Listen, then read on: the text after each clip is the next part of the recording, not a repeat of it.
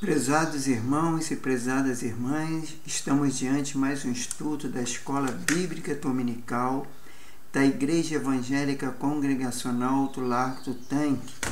E hoje estaremos continuidade ao nosso estudo do livro de Gênesis. Estudaremos sobre o capítulo 25. Mas antes de darmos início ao nosso estudo, vamos dirigir a Deus em oração pedindo a sua bênção para esse momento. Senhor Deus e Pai, muito obrigado, Pai, pela Tua graça, Tua misericórdia, Teu amor, Teu perdão. Obrigado por mais essa oportunidade, Senhor, estar ministrando esse estudo da Tua Palavra, que o Senhor possa me estar abençoando, capacitando, para que eu possa transmitir a Tua Palavra, Senhor, com sabedoria e inteligência, e que cada um que vai ouvir a Tua voz, a Tua Palavra, Senhor, que possa, Senhor, ter discernimento, a compreensão, que Seu Espírito Santo ajude a compreender e que tudo que seja feito para a honra e glória do Seu santo nome. Abençoe esse estudo, livra-nos do mal e seja conosco, Pai, para a honra e glória do Seu santo e poderoso nome. Em nome do Senhor Jesus. Amém. Então, irmãos, vamos dar continuidade ao estudo bíblico, né? E hoje falaremos sobre Gênesis 25, que é o capítulo da Bíblia que registra a morte de Abraão.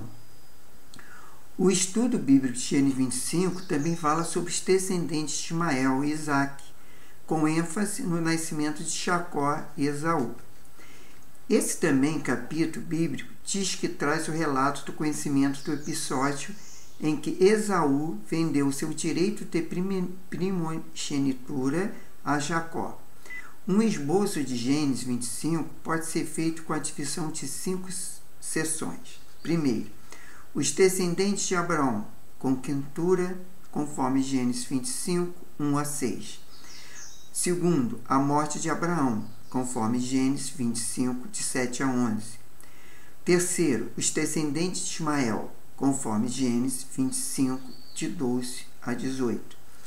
E o quarto, os descendentes de Isaac, conforme Gênesis 25, 19 a 26. E o quinto, Esaú vende a Jacó os seus direitos de primogenitura, conforme Gênesis 25, 27 a 34. Vamos lá. Do Gênesis 25, de 1 a 6, temos que Gênesis começa falando sobre os filhos que nasceram do relacionamento de Abraão com quentura. É impossível datar essa descendência de Abraão com quentura, pois Gênesis 25 pode muito bem ser um registro anacrônico. Além disso, os estudiosos discutem que quentura era simplesmente uma concubina de Abraão ou se era uma segunda esposa. A interpretação que parece fazer mais sentido diz que Quentura era uma concubina de Abraão, conforme 1 Crônica 1:32. Isso significa que talvez os filhos de Abraão com Quentura nasceram enquanto Sara ainda estava vivo. Caso contrário, ele teria que ter tido 6 filhos, por mais de 140 anos. Entenda melhor essa questão no estudo sobre a história de Quentura. Aí teremos que fazer uma abordagem nessa história de Quentura. Há escritores que já escreveram livros sobre isso, mas a gente agora não vai poder abordar isso. Os nomes de filhos de Abraão com Quentura são Cirã, Joquissã, Metã, Midian, Isbaque e Suá. Os estudiosos dizem que alguns desses nomes aparecem associados a várias tribos árabes do leste de Canaã. Seja como for, o foco principal de Gênesis 25, nesse ponto, é destacar que Abraão deu tudo que possuía a Isaac. Porém, os filhos das concubinas que tinha, deu ele presente, e ainda em vida os separou de seus filhos Isaac, enviando-os para a terra oriental, conforme Gênesis 25, 5 e 6. Isso quer dizer que Abraão garantiu que Isaac fosse considerado seu único herdeiro. Então, lá no Gênesis 25, de 7 a 11, temos falar sobre a morte de Abraão. Abraão viveu 175 anos, conforme Gênesis 25, 7. O texto bíblico parece indicar que Abraão morreu de causas naturais, entre parênteses, abre parênteses, idosa velhice, fecha parênteses, conforme Gênesis 25, 8. Isaac e Ismael cuidaram de seu sepultamento. Neste contexto, os filhos de Abraão, com quentura, não são mencionados. Abraão foi sepultado na caverna de Maquipela, no campo de Efron. Essa foi a propriedade que Abraão havia comprado anteriormente por ocasião da morte de Sara, conforme Gênesis 23. A gente já leu isso lá no capítulo 23. Mais tarde, seus descendentes também foram enterrados neste mesmo local, conforme Gênesis 35, 27 a 29 e Gênesis 49, de 29 a 32. O importante é saber que Abraão morreu firme na fé. De longe, ele contemplou as promessas de Deus e creu fielmente. Ele morreu como estrangeiro e peregrino na terra, esperando pela pátria celestial, conforme Hebreus 11, de 13 a 16. Os descendentes de Ismael, está lá no 25, 12 a 18. Quando Abraão precisou despedir Ismael pelo deserto, Deus lhe assegurou que cuidaria daquele rapaz e faria dele uma grande nação, conforme Gênesis 17, 20. Então, Gênesis 25 é o capítulo da Bíblia que resiste o cumprimento dessa promessa. Conforme o Senhor falou a Abraão, de Ismael nasceram 12 príncipes, conforme Gênesis 25, 16. Os descendentes de Ismael formaram a clã árabe, de grande influência nos tempos bíblicos do Antigo Testamento. Na Bíblia, esse povo é chamado ismaelitas. Ismael morreu aos 137 anos de idade, conforme Gênesis 25, 17. Já os descendentes de Isaac está lá relatado em Gênesis 25, 19 a 26.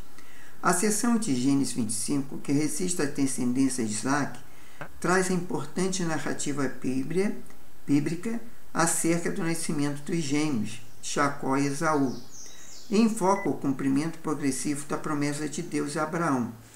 Isaac era o filho da promessa, e essa promessa seria preservada em sua descendência. Mas tão logo o texto bíblico mostra a grande tensão que envolveu os eventos seguintes. Isaac se casou com Rebeca quando tinha 40 anos, mas Rebeca era estéril. Contudo, Isaac intercedeu por ela e Deus lhe abriu a madre, conforme Gênesis 25, 20 a 21. Ainda durante a gravidez, o texto bíblico que os dois filhos lutaram no ventre de Rebeca. Isto fez com que Rebeca ficasse angustiada. Então Deus disse a Rebeca que em seu ventre havia 2 nações. Um povo seria mais forte que o outro, e o outro mais velho haveria de servir o mais novo, conforme Gênesis 25, 23. Quando chegou o dia de Rebeca dar à luz aos gêmeos, o escritor bíblico diz que o primeiro menino a nascer foi Esaú. Era ruivo e coberto de pelos, mas o outro menino nasceu segurando o calcanhar de Esaú com a mão. Por isso foi chamado de Jacó. Nesse tempo, Isaac tinha 70 anos de idade, conforme Gênesis 25, de 24 a 26. Essa porção de Gênesis 25 enfatiza muito claramente a soberania de Deus. Ele não apenas abriu a madre da estéril Rebeca, assim como havia feito como Sara, mas também estabeleceu a supremacia do filho mais novo, Jacó, sobre o filho primogênito, Esaú. Em diversas passagens, a história bíblica mostra os descendentes de Esaú, subjugados pelo israelita, conforme 1 Samuel 14:47, 2 Samuel 8:13 e 2 Reis 14:7.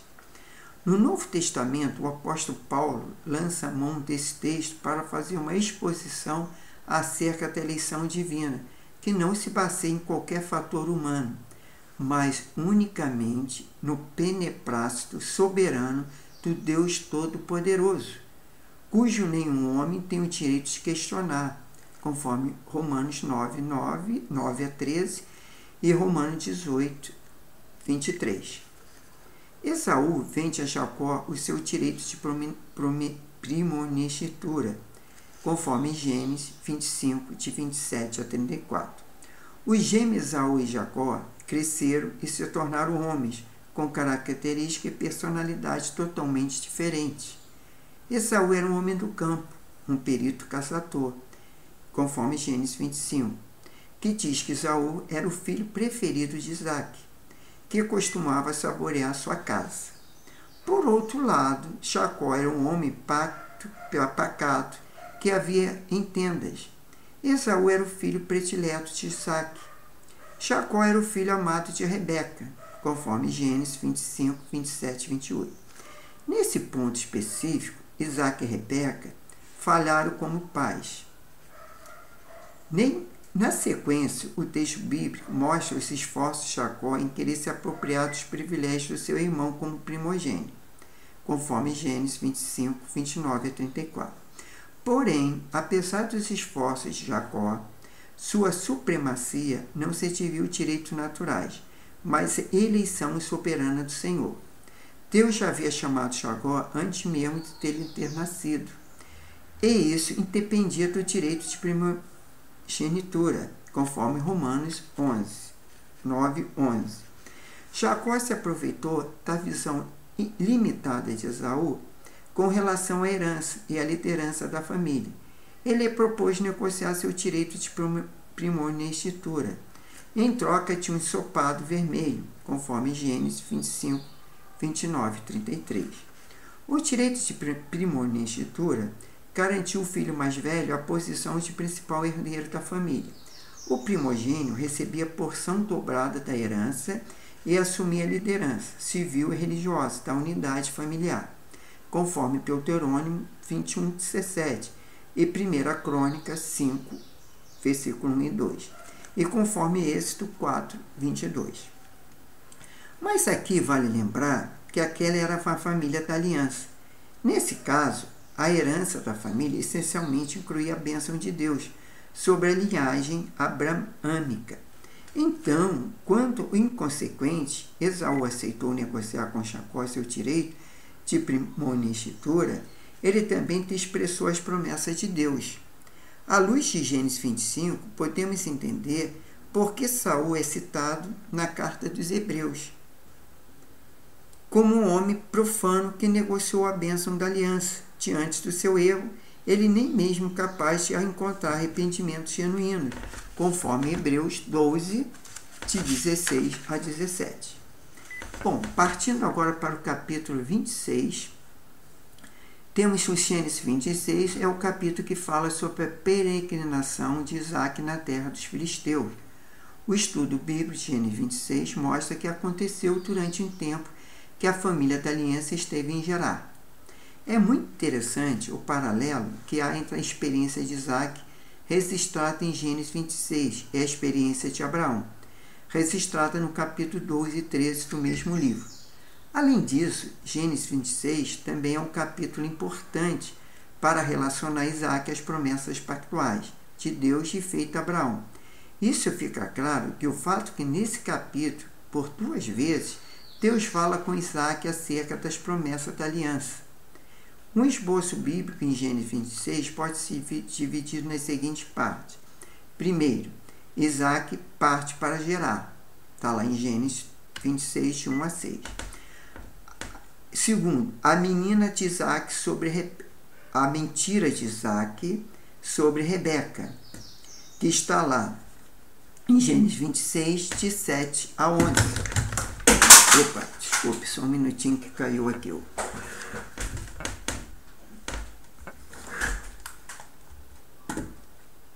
É que eu tenho que ficar mexendo na tela com o mouse, porque senão apaga a tela. Eu fico com medo de não estar tendo continuidade do estudo. Bom, vamos lá. O segundo, a mentira de Isaque sobre Rebeca. Gênesis 26, de 7 a 11. Isaque é abençoado por Deus em Gerar. Esse é o terceiro, conforme Gênesis 26, 12 e 16. Quarto, Isaque acampa no vale de Gerar, conforme Gênesis 26, 17 a 25. E quinto, aliança entre Isaac e Abimeleque, conforme Gênesis 26, 26 a 35. Já em Gênesis 26, 1 a 6, começa dizendo que Isaac partiu para Gerar por causa da fome que sobreveio sobre a terra. Naquele tempo, Gerar era um território filisteu que ficava próximo à fronteira egípcia. Os filisteus eram um povo que originalmente navegava do mar Mediterrâneo. O grupo se estabeleceu em Gerar, tinha por rei Abimeleque. Na ocasião que Abraão esteve em Gerar, o nome dos governantes filisteus daquela terra também era Abimeleque, Gênesis 22. Mas é importante saber que, apesar do nome, a posição da região, o Abimeleque de Gênesis 26 não é o mesmo que fez aliança com Abraão. Alguns estudiosos sugerem que provavelmente esse Abimeleque fosse um descendente do primeiro, talvez um filho ou neto. Tá? Outros estudiosos apontam a possibilidade de Abimeleque ser apenas um título dinástico filisteu. Parece que a intenção original de Isaac era seguir para o Egito. Isso fazia muito sentido, pois aquele era um tempo de fome e o Egito era a terra mais próspera. Porém, o Senhor apareceu a Isaac e o proibiu de descer ao Egito. Além disso, Deus ainda lhe disse, abre aspas, fica na terra que eu te dizer, habita nela e serei contigo, e te abençoarei, porque a ti e a tua descendência darei todas essas terras, e confirmarei o juramento que fiz a Abraão, teu pai. Fecha aspas. Está lá em Gênesis 26, 2 e 3. A ordem divina para Isaac habitar naquela terra possui sentido de ser forasteiro ali. Enquanto Isaac deveria ser um estrangeiro residente, não possuía de fato a terra. Porém, conforme a aliança feita com Abraão, Deus prometeu abençoar Isaac naquele lugar e dar a ele sua descendência a posse permanente daquele território. Na sequência do texto bíblico, revela que Isaac realmente era aquele que deveria receber as promessas pactuais de Abraão, tal como havia prometido a Abraão. Deus também diz a Isaac que multiplicaria sua descendência como as estrelas do céu, e nela todas as nações da terra seriam abençoadas. Uma promessa que foi cumprida plenamente em Cristo, como herdeiro da promessa, Isaac respondeu à aliança com obediência, conforme Gênesis 26, 4, 6. A mentira de Isaac sobre Rebeca, isso está lá em Gênesis 26, 7 a 11. Quando Isaac estava em Gerar, ele foi questionado pelos homens daquele lugar acerca de Rebeca, tal como havia feito Abraão em 2 ocasiões anteriores. Isaac também escondeu que Rebeca era sua esposa, conforme Gênesis 12. Ele disse aos homens de Gerar que Rebeca era sua irmã. O texto bíblico explica que Isaac mentiu por temer que os homens daquele lugar fossem capazes de matá-lo por causa de Rebeca. Rebeca era uma mulher muito bonita, né? Em Gênesis, fala isso lá em Gênesis 26, 7. Mas houve um dia que a mentira de Isaac chegou ao fim. A Bíblia diz que Abimeleque viu por uma janela quando Isaac estava acariciando Rebeca, conforme Gênesis 26, 8. Então o rei filisteu percebeu que Rebeca era, na verdade, a esposa de Isaac, não sua irmã. Abimeleque questionou Isaac sobre o porquê ele teria mentido. Isaac lhe explicou que teve medo de morrer, conforme Gênesis 26, 9. A gente já tinha visto isso lá que Abraão também cometeu esse erro, né? É interessante notar que o caso de Abraão, Deus revelou de forma especial a outro Abimeleque, que Sara é a esposa do patriarca. Já o caso de Isaac, Deus providencialmente fez com que Abimeleque descobrisse o verdadeiro relacionamento que havia entre ele e a Rebeca. Sem dúvida, as atitudes de Abraão e Isaac foram erradas. Esconderam o caráter do relacionamento que tinha com suas esposas. Em certo sentido, eles colocaram em risco o futuro da aliança. Os matriarcas, Sara e Rebeca, também foram tomados por homens estranhos, ameaçando o cumprimento da promessa. Quando Deus o Deus imutável e fiel à sua palavra, apesar das debilidades do instrumento humano, o fato de o rei pagão ter ordenado que qualquer um que tocasse em Isaque e Rebeca fosse sentenciado à morte, retrata claramente o cuidado providencial do Senhor, conforme Gênesis 26:11. Outro ponto a ser considerado é que o relato desse acontecimento indica que provavelmente o registro de Gênesis 26 é anacrônico em relação à parte final de Gênesis 25. Os últimos versículos de Gênesis 5, que nós já estudamos, falam sobre o nascimento de Jacó e Esaú. Obviamente, isso parece ter ocorrido depois dos eventos narrados em Gênesis 26. Dificilmente Isaac conseguiria esconder que Rebeca era sua esposa se ela já fosse mãe, de 2 filhos. Agora, no capítulo 26, de 12 a 16, também revela que Isaac foi muito próspero em Gerar. Ele chegou a colher 100 por 1 a propriedade de Isaac, porém não se dava essencialmente porque ele estava numa terra fértil, ou algo do tipo, mas porque o Senhor abençoava. Gênesis 26:12. A prosperidade de Isaac acabou causando inveja nos filisteus. Eles se entulharam os poços que Isaac estava usando. Aqueles poços, inclusive, tinham sido cavados pelos servos de Abraão, e havia um pacto que não agressão, conforme Gênesis 21, 22, 34. Mas depois da morte de Abraão, os filisteus renegaram o acordo e a situação ficou tão insustentável que Abimeleque disse a Isaac para partir dali, porque ele já estava muito mais poderoso que os filisteus, conforme Gênesis 26, 16. Olha a questão da inveja, O que causa, chegaram a expulsar o Isaac, Abimeleque ali, porque ele tinha sido prosperado, conforme Deus abençoou, Após o problema com os filisteus, Isaac saiu da terra fértil e acampou no vale de Gerar. Ali ele tornou a abrir poços que tinham sido escavados nos dias de Abraão, entulhados pelos filisteus, após a morte do patriarca. Gênesis 26, 17 a 18. Os servos de Isaac conseguiram achar água nascente no vale, mas os pastores de Gerar contenderam com os pastores de Isaac, reivindicando a água. Por causa dessa contenda, o poço foi chamado de Ezeque, que significa literalmente, entre aspas, contenda, conforme Gênesis 26, 20. Então os servos de Isaac cavaram outro poço e os pastores de Gerar novamente contenderam por causa dele.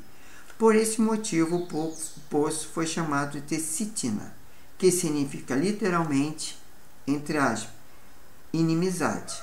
Curiosamente, essa palavra tem da mesma raiz do nome Satanás.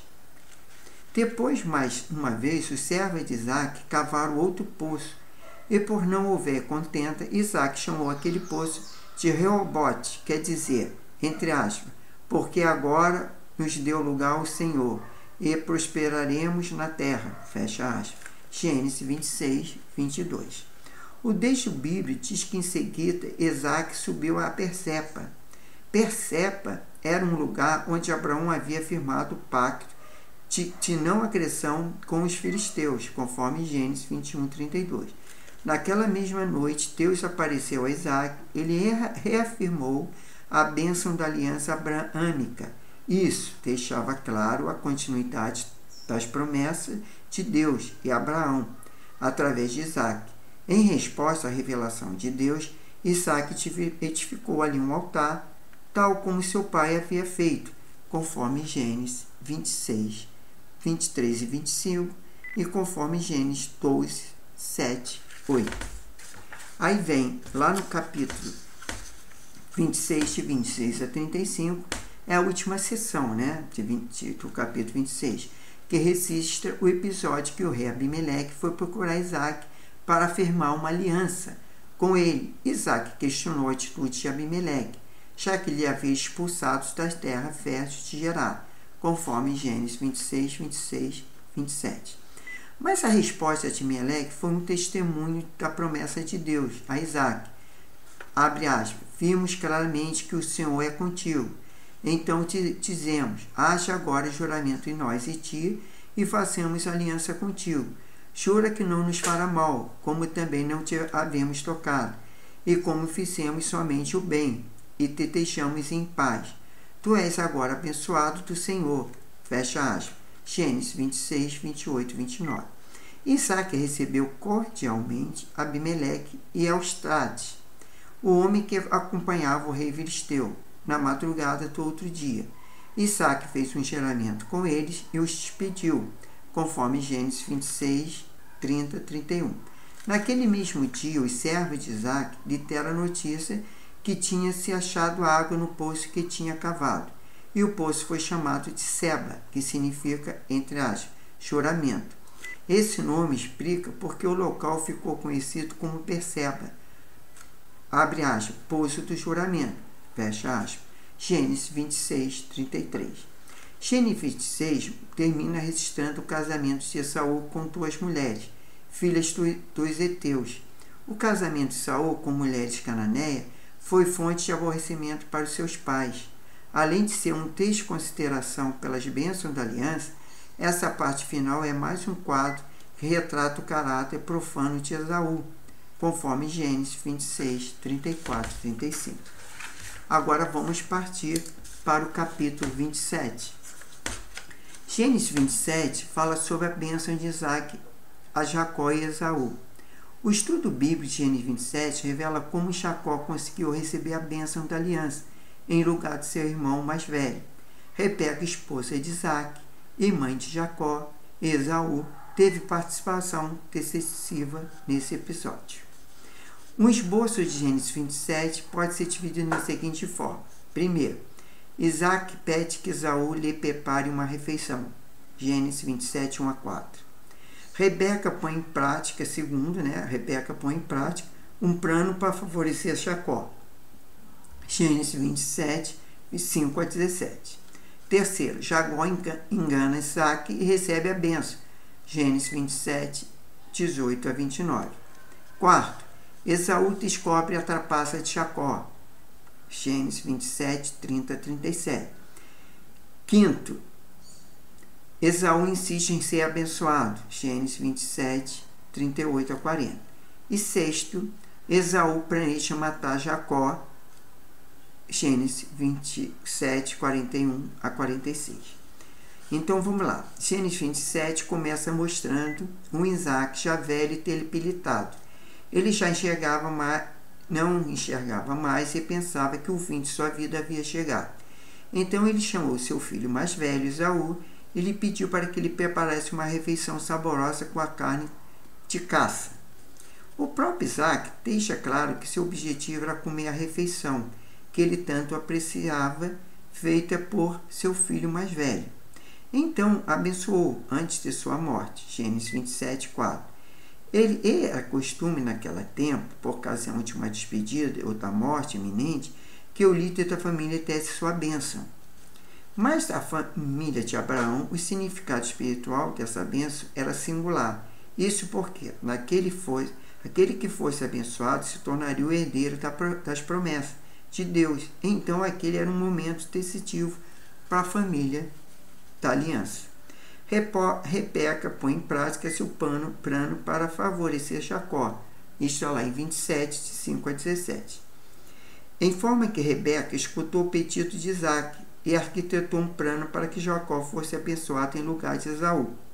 Ela pediu que Jacó fosse ao rebanho da família e lhe trouxesse 2 bons cabritos para que ela pudesse preparar uma comida saborosa do agrado de Isaac. Então bastava apenas que Jacó lhe servisse a refeição e fosse abençoado. Jacó argumentou com Rebeca que seu plano não estaria certo. Isso porque ele, Esaú, apesar de gêmeos, era muito diferente. Embora Isaac já fosse cego, ele facilmente poderia perceber que Jacó já não era Esaú.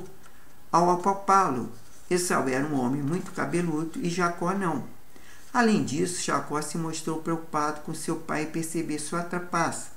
Caso isso acontecesse, ele sabia que poderia ser amaldiçoado ao invés de abençoado, conforme Gênesis 27, 12. Mas Rebeca assumiu a responsabilidade e disse que a maldição poderia cair sobre ela, conforme Gênesis 27, 13. Notavelmente, Jacó não se mostrou nem um pouco incomodado se o plano de sua mãe era moralmente aceitável ou não. Ele estava apenas preocupado com a possibilidade de o plano estar errado. Jacó fez tudo conforme Rebeca lhe pediu. Após preparar a refeição da carne que Isaac apreciava, Rebeca também vestiu Jacó com a melhor roupa de Saul, que ela tinha na sua casa. Para disfarçar a diferença entre Jacó e Saul, Rebeca cobriu suas mãos e os pescoços de Jacó com peles de cabrito, que ela tinha preparado. Jacó encana Isaac e recebe a bênção. Está lá em Gênesis, capítulo 27, 18 a 29. Contudo, pronto, Jacó foi apresentar ao seu velho pai a comida que lhe tanto gostava. Diante de Isaac, Jacó assumiu que era Esaú. Isaac achou estranho o fato da refeição de se tão depressa. Afinal, a refeição deveria ser feita na carne da caça. Mas Jacó foi muito dissimulado e disse a Isaac que Deus havia lhe mandado a caça ao seu encontro, conforme Gênesis 27, 18 e 21. A forma como Jacó tomou o nome de Deus em vão, apenas como recurso para enganar seu velho pai, mostra quão distante ele estava do Senhor. Inclusive, ele considerava o Senhor simplesmente como seu Deus de seu pai. O livro de Gênesis mostra que somente mais tarde Jacó teve, de fato, um encontro com o Senhor, conforme Gênesis 28, 13 a 22 e 33, 20. Ainda desconfiado, Isaac pediu que Jacó se aproximasse para que ele pudesse tocá-lo. Ao tocá-lo, Isaac diz, entre aspas, a voz é de Jacó, porém as mãos são de Esaú, fecha aspas, conforme Gênesis 27, 22. Confuso, Isaac não conseguiu reconhecê-lo. E mais uma vez perguntou se ele realmente era Esaú. Jacó sustentou plano até o fim e novamente afirmou-se Esaú. Esse diálogo revela como Isaac estava agindo de forma patética ao querer se apoiar aos seus falhos sentidos naturais, ao invés de atentar ao discernimento espiritual. Depois, finalmente, Isaac foi convencido e comeu a comida que Jacó lhe trouxe. Terminando a refeição, Isaac pediu que Jacó chegasse mais perto dele e o beijasse, e o beijo fazia parte do ritual da bênção. Após o beijo, Isaac abençoou, conforme Gênesis 27, 27. O conteúdo da bênção, dado a Jacó e sua descendência, dizia respeito à fertilidade e domínio da terra, além de sua supremacia sobre os povos e nações, incluindo os descendentes de seu irmão, conforme Gênesis 27, 27 e 29. Jacó termina a bênção dizendo, abre, maldito seja o que te amaldiçoar e abençoados os que te abençoar, fecha aspas, Gênesis 27, 29. Esaú descobre a trapaça de Jacó, lá em Gênesis capítulo 27, 30 a 37, que diz que logo após Isaac ter abençoado a Jacó, Saul chegou com a sua casa. Sem saber de nada, Esaú preparou comida para seu pai e lhe entregou, esperando que fosse abençoado. Quando Esaú se apresentou diante de Isaac, o patriarca percebeu que tinha dado apenas ao filho mais novo. Esaú ficou revoltado e pediu que Isaac lhe abençoasse também. Mas Isaac lhe explicou que Jacó havia astuciosamente tomado para si a bênção, que nada mais poderia ser feito a respeito. Indignado, Esaú declarou que, com razão, o nome de seu irmão mais novo era Jacó, fazendo uma referência à ideia de enganador e suplantador. Esaú também alegou que Jacó lhe havia enganado 2 vezes. Ele disse, entre aspas, tirou-me o direito de primogenitura e agora eu subo a bênção que era minha, fecha aspas. Gênesis 27, 36. O direito de primogenitura e a bênção não eram exatamente a mesma coisa. Porém, neste contexto, eles estavam intimamente interligados. Tanto o direito de primogenitura quanto a bênção estava diretamente relacionada à herança na sua família, de Abraão. E a herança dizia respeito à promessa de aliança de Deus. Por isso, o escritor do Hebreus chamou Esaú de profano por ter negociado o seu direito de primogenitura, numa atitude de pura incredulidade e desprezo pelas promessas de Deus, conforme Hebreus 12, 16 e 17. Esaú insiste em ser abençoado. Esaú implorou que seu pai também lhe desse uma bênção, mas Isaac, mais uma vez, explicou que a bênção tinha sido dada a Jacó e não podia ser revertida. Todavia, diante da insistência de Esaú, Isaac lhe disse, abre aspas, longe dos lugares férteis da terra será a tua habitação, e sim ao vale que cai do alto.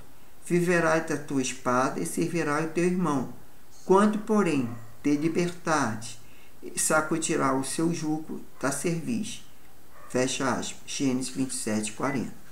Ao contraste, é muito claro que entre as palavras pronunciadas sobre Jacó e sobre Esaú, Jacó recebeu uma bênção que lhe pronunciava o privilégio de sua descendência, que haveria de ocupar uma terra fértil e exuberante e que dominaria sobre as nações e seria o senhor de seu irmão. Já Esaú escutou que a descendência viveria longe dos lugares férteis, da terra que haveria de servir ao seu irmão. Historicamente, tudo isso foi cumprido. Os israelitas tomaram a terra prometida, enquanto os edomitas, descendentes de Esaú, habitaram na região árida de terras infrutíferas do sul do Mar Morto. Isso também explica as frequentes tensões entre Israel e Edom no Antigo Testamento. Também é interessante notar as palavras finais de Isaac a Esaú, abre aspas, quanto, porém, te libertares, sacudirá o teu jugo a tua cerviz. Fecha aspas. Gênesis 27, 40. Algumas vezes os edomitas conseguiram se livrar da dominação de israelita, conforme 2 Reis 8, 20 e 22. Mais tarde, com a ruína de Edom, grande parte dos edomitas remanescente acabou sendo assimilada pelos judeus. A dinastia de Herodes, o Grande, a descendia de Esaú.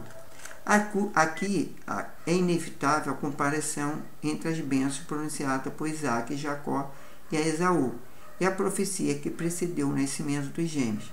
O oráculo falava sobre como os dois irmãos dariam origem a tuas nações, e sobre como o irmão mais velho haveria de servir o irmão mais novo, conforme Gênesis 25, 23. Isso significa que Isaac sabia que Deus tinha escolhido Jacó.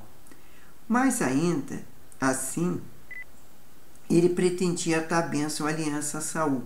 Contudo, o Deus soberano que governa a história garantiu que o seu propósito fosse cumprido, a despeito da falta de visão espiritual de Isaac. Esaú planeja matar Jacó. Isso está lá em Gênesis 27, 41 a 46, que são os últimos versículos. Irado de ser sentido injustiçado, Saul passou a odiar Jacó. O texto bíblico diz que ele guardava apenas a morte de seu pai para poder matar Jacó. Quando Rebeca soube que Saul planejava matar Jacó, ela tratou de conseguir que ele fosse para a cidade de Harã, para ficar na casa do seu irmão Labão, conforme Gênesis 27, 43. Rebeca também garantiu a Jacó que quando o rancor de Saul cessasse, ele avisaria e faria retornar.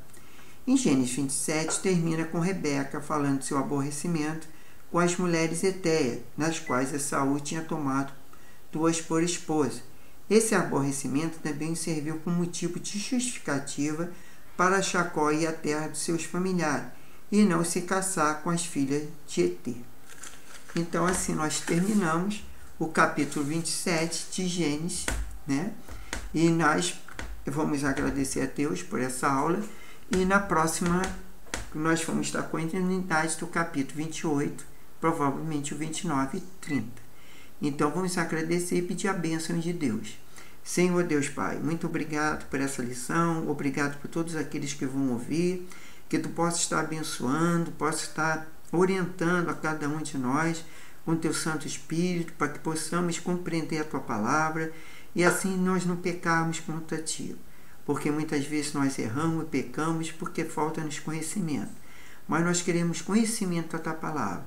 E aquele erro do passado, no qual os profetas, Senhor, aqueles teus servos, que possa servir de lição, Pai, para que nós não venhamos cometer esses erros, essas falhas, Pai, mas possamos sempre, Senhor, estar do lado do bem, que sem se preocupar, Senhor, com aquilo que possa acontecer. Senhor Deus, dá-nos um domingo abençoado, dá uma semana frutífera, abençoada, abençoe cada família com paz no lar, com cura, com libertação, com salvação, e que possamos estar na nossa igreja, cultuando, te louvando, e possamos ser abençoados, Pai, nesses dias. É que nós te pedimos, já te agradecemos, e te louvamos em nome do Senhor Jesus. Então, irmãos, até a próxima, que Deus abençoe a todos, e vamos com fé. Amém.